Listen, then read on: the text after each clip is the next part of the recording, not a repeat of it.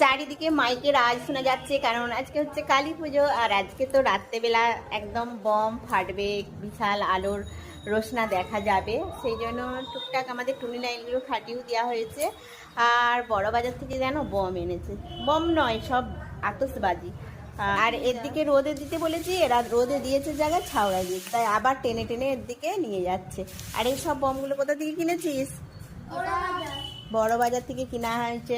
কালী পুজোর মজা হচ্ছে ওদের, বাচ্চাদের। আর যত রকম আতশবাজি আছে সব রকম কিনে এনেছে। আচ্ছা চলো দেখাচ্ছি, দেখবে কত রকম কিনে এনেছে। আর দেখো ওরা আবার গনে গনে রোদে দিচ্ছে, হিসেব বলে লিখে রাখছে, কেউ যেমন একটাও নিতে না পারি।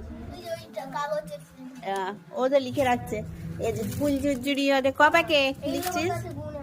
আবার দেখো না, এরা গুনছে, গুনাগুনি করে লিখে রাখছে। কি জ্বালা পড়েছে রে, কেউ নিবে না, তোরা লে।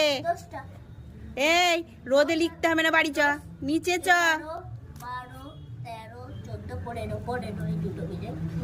কি বম? চটপটি, চটপট করে ফাটবে।